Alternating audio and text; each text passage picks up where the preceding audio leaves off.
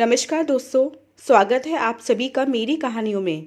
मैं हूं शिखा और एक बार फिर से आपके लिए लेकर आई हूं एक नई कहानी और उम्मीद करती हूं कि ये कहानी भी बाकी कहानियों की तरह आपको बेहद पसंद आएगी और आप पहले की तरह अपना प्यार और सपोर्ट मेरी वीडियोस पर बनाए रखेंगे। कहानी पसंद आए तो चैनल को सब्सक्राइब करना मत भूलिएगा। तो चलिए अपनी आज की कहानी शुरू करते हैं। बेटी पारुल से फ़ोन पर बात खत्म होते ही मेरे मस्तिष्क में अतीत के पन्ने फड़फड़ाने लगे। पति के ऑफिस से लौटने का समय हो रहा था, इसलिए डिनर भी तैयार करना आवश्यक था। किचन में यंत्र चालित हाथों से खाना बनाने में व्यस्त हो गई, लेकिन दिमाग हाथों का साथ नहीं दे रहा था। बचपन से ही पारुल स्वतंत्र विचारों वाली जिद्दी लड़की रही है। एक बार जो सोच लिया सो सोच लिया। हॉस्टल में रहते हुए उसने कभी मुझे अपनी छोटी बड़ी समस्याओं में नहीं उलझाया। उनको मुझे बिना बताए ही स्वयं सुलझा लेती थी। इसके विपरीत मैं अपने परिचितों को देखती थी कि जब तक उनके बच्चों के फ़ोन आते ही उनकी समस्याओं का समाधान करने के लिए उनके हॉस्टल पहुंच जाया करते थे। एक दिन अचानक जब पारुल ने अपना निर्णय सुनाया कि एक लड़का रितेश उसे पसंद करता है और वह भी उसको चाहती है, दोनों विवाह करना चाहते हैं, तो मैं सकते में आ गई और सोच में पड़ गई कि ज़माना ख़राब है। किसी ने अपने जाल में उसे फंसा तो नहीं लिया। देखने में सुंदर तो वह है ही, उम्र भी अभी अपरिपक्व है, पूरी 22 वर्ष की तो हुई है अभी। ये सब सोचकर मैं बहुत चिंतित हो गई कि यदि उसने सही लड़के का चयन नहीं किया और ज़िद की तो वह पक्के है ही, तो फिर क्या होगा। कुछ दिनों के सोच विचार के बाद तय हुआ कि रितेश से मिला जाए। पारुल के जन्मदिन पर उसको आमंत्रित किया गया और वह आ भी गया। वह सुदर्शन था।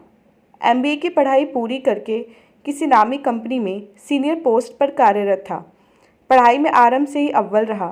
वह हम सबको बहुत भा गया था। केवल विजातीय होने के कारण विरोध करने का कोई औचित्य नहीं लगा। हमने विवाह की स्वीकृति दे दी, लेकिन रितेश के माता पिता ने आरंभ में तो रिश्ता करने से साफ इनकार कर दिया था, लेकिन इकलौते बेटे की जिद के कारण उन्हें घुटने टेकने पड़े और विवाह धूमधाम से हो गया।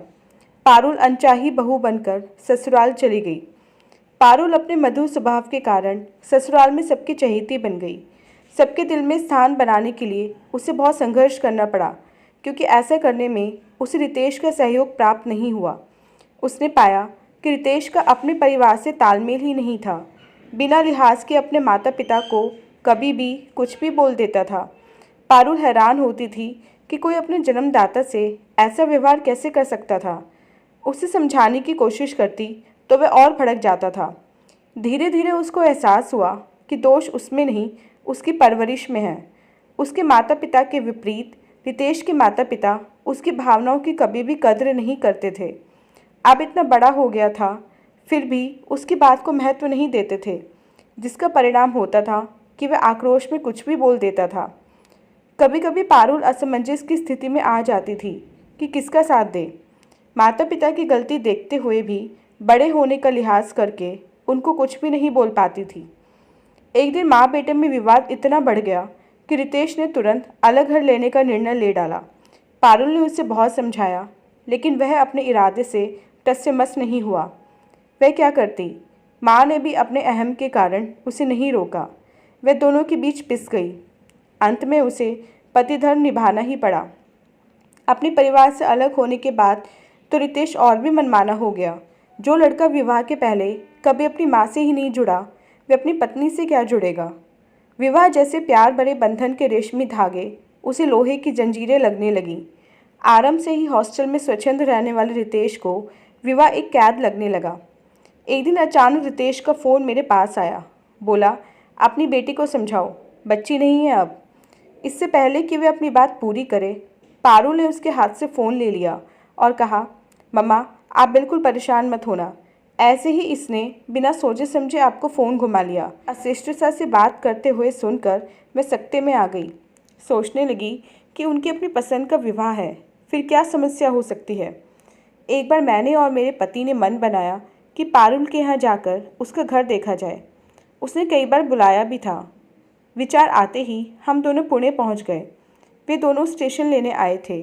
साल भर बाद हम उनसे मिल रहे थे। मिलते ही मेरी दृष्टि पारुल के चेहरे पर टिक गई। उसका चेहरा पहले से अधिक कांतिमय लग रहा था। सुंदर तो वो पहले से ही थी, अब अधिक लावण्यमयी लग रही थी। मुझे याद आया कि जब रितेश के माता पिता ने विवाह से इनकार कर दिया था तो उसका चेहरा कितना सूखा और निस्तेज लगता था। तब हम कितना घबरा गए थे। आज उसको देखकर बहुत बहुत तसल्ली हुई थी। 10 किलोमीटर की दूरी पर उनका घर था। वहाँ पहुंचकर मैंने पाया कि वह 2 बेडरूम का घर था। पारुल ने अपने घर को बहुत व्यवस्थित ढंग से सजा रखा था। घर के रखरखाव में तो उसे बचपन से ही बहुत रुचि थी। यह देखकर बहुत संतोष हुआ कि सास ससुर के साथ रहते हुए रितेश का उनसे तालमेल ना होने के कारण रात दिन जो विवाद होते थे वे समाप्त हो गए हैं और वे दोनों आपस में बहुत प्रसन्न हैं। लेकिन मेरा ये भ्रम शीघ्र ही टूट गया। अगले दिन ही सुबह मैंने देखा कि रितेश पारुल को छोटी छोटी बातों में नीचा दिखाने से नहीं चूकता था, चाहे उसके खाने का, कपड़े पहनने का या खाना बनाने का ढंग हो। वह उसके किसी भी कार्यकलाप से खुश नहीं रहता था। बात बात में उसे ताने देता रहता था कि उसको कुछ नहीं आता, वह कुछ नहीं कर सकती। पारुल चुपचाप सुनती रहती थी। रितेश की उससे इतनी अधिक अपेक्षाएं रहती थीं कि उनको पूरा करना उसके वश की बात नहीं थी। उसके जिन गुणों, उसका मासूम लुक देता चेहरा, उसकी नाजुकता, उसकी मीठी आवाज़ के कारण विवाह से पहले उस पर रीझा था, वे सब उसके लिए बेमानी हो गए थे। हम दोनों अवाक उसके बेसिक पैर की बातें सुनते थे। मैं मन ही मन सोचती रहती थी कि क्या यही प्रेम विवाह की परिणति होती है।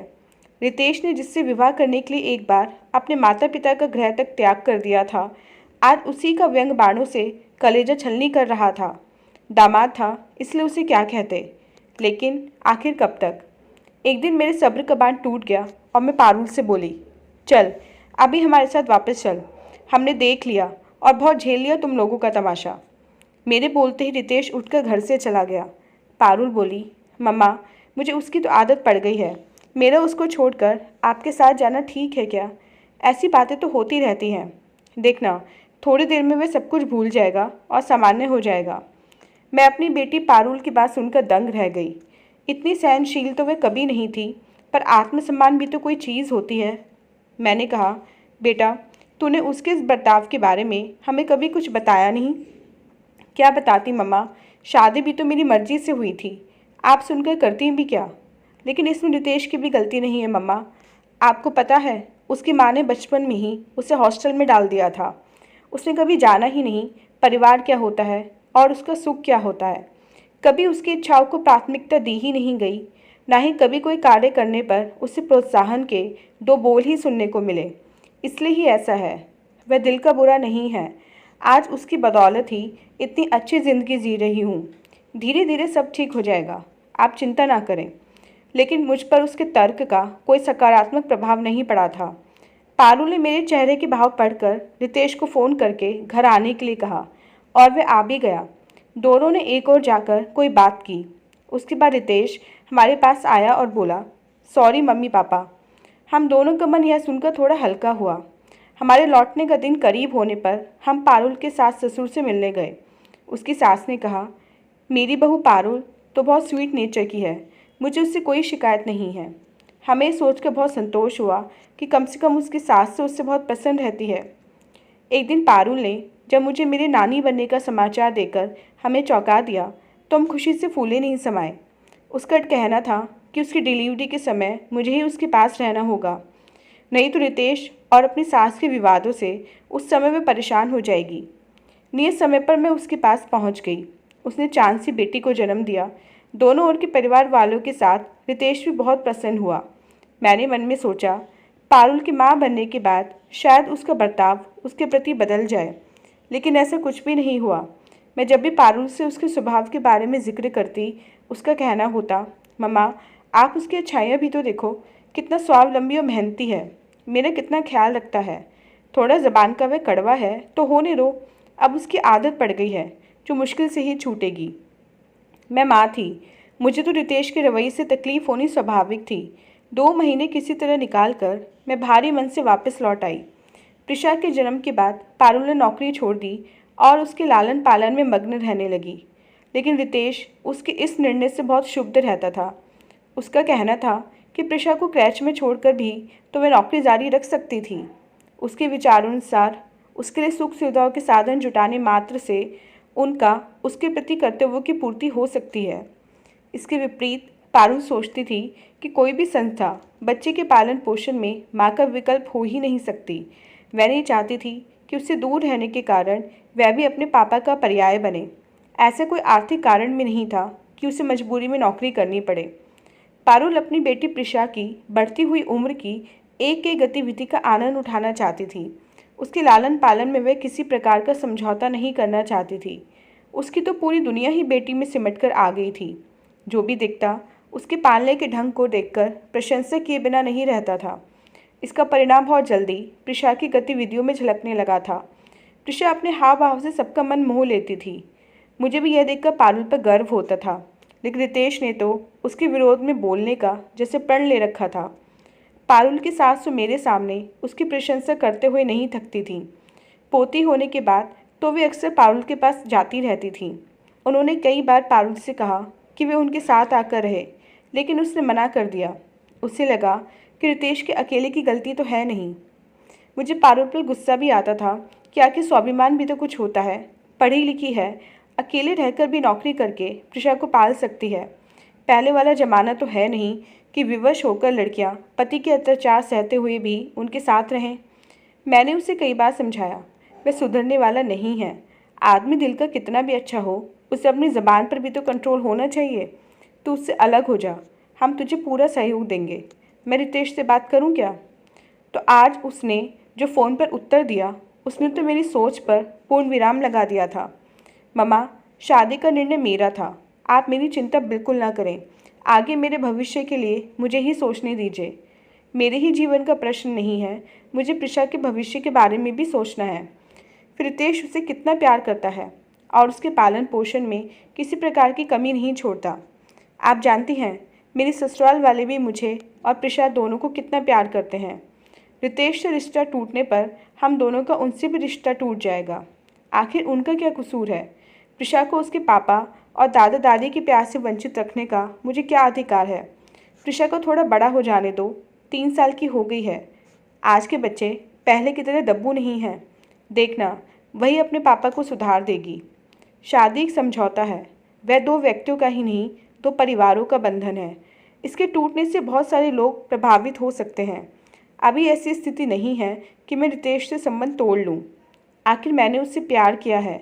उसको आदत पड़ गई है छोटी छोटी बातों पर रिएक्ट करने की, जो हालांकि अर्थहीन होती हैं।